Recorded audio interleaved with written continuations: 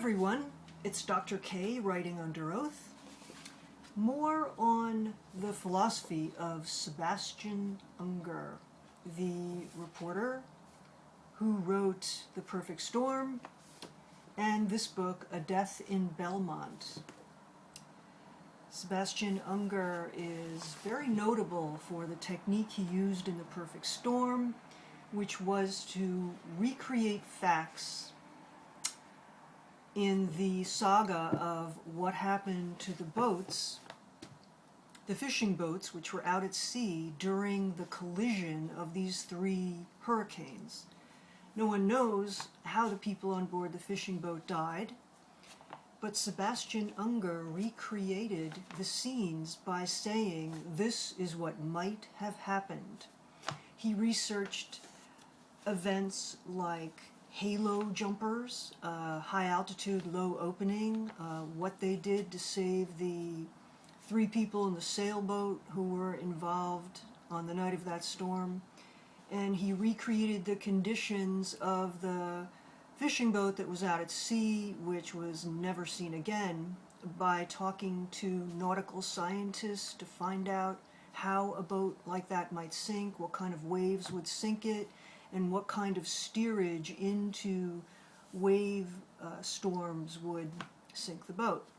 An amazing technique in literary nonfiction, narrative nonfiction, which is this recreation of events in a nonfiction book by saying, disclaiming, this is what might have happened.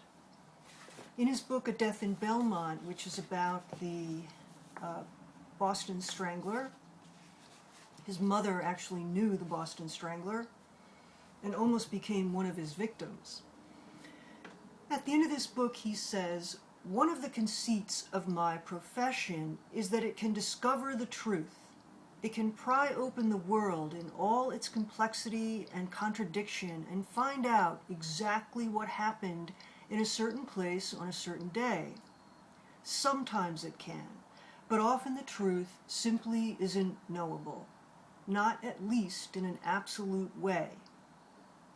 And he says that as he did his research, he came to understand that the story was far messier than he'd anticipated, and messier than the story he'd grown up with. There was no DNA evidence to prove the innocence or guilt of one of the men arrested early on and accused of the Boston stranglings. It is not known for certain whether one victim was killed by this perp or whether this victim was one of the victims of the Boston Strangler. Anyway, someone went to jail for one of these victims. Sebastian Unger sums this up by saying, "If I was to say something meaningful in this story, I would have to do it without discovering the truth. But maybe the truth isn't even the most interesting thing about some stories. Maybe the most interesting thing about some stories is all the things that could be true. And maybe it's the pursuit of those things that you understand the world in its deepest, most profound sense."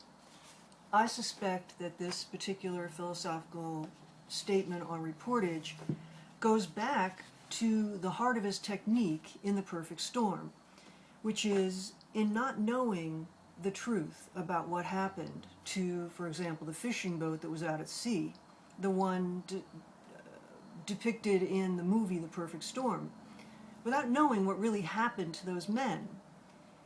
The author, Sebastian Unger, has to delve into many variations of science in order to discover what might have happened, and in this way his scope of knowledge on the subject becomes richer and richer, and he's able to present many avenues toward truth.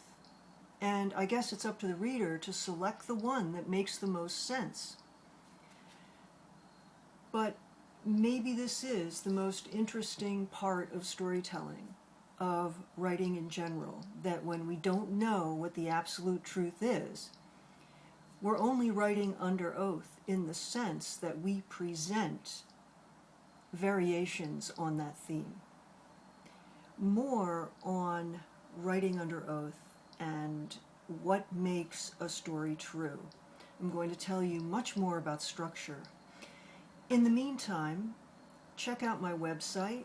I'll be offering editing services, consulting services, and tutoring services. Until then, Dr. K, writing under oath.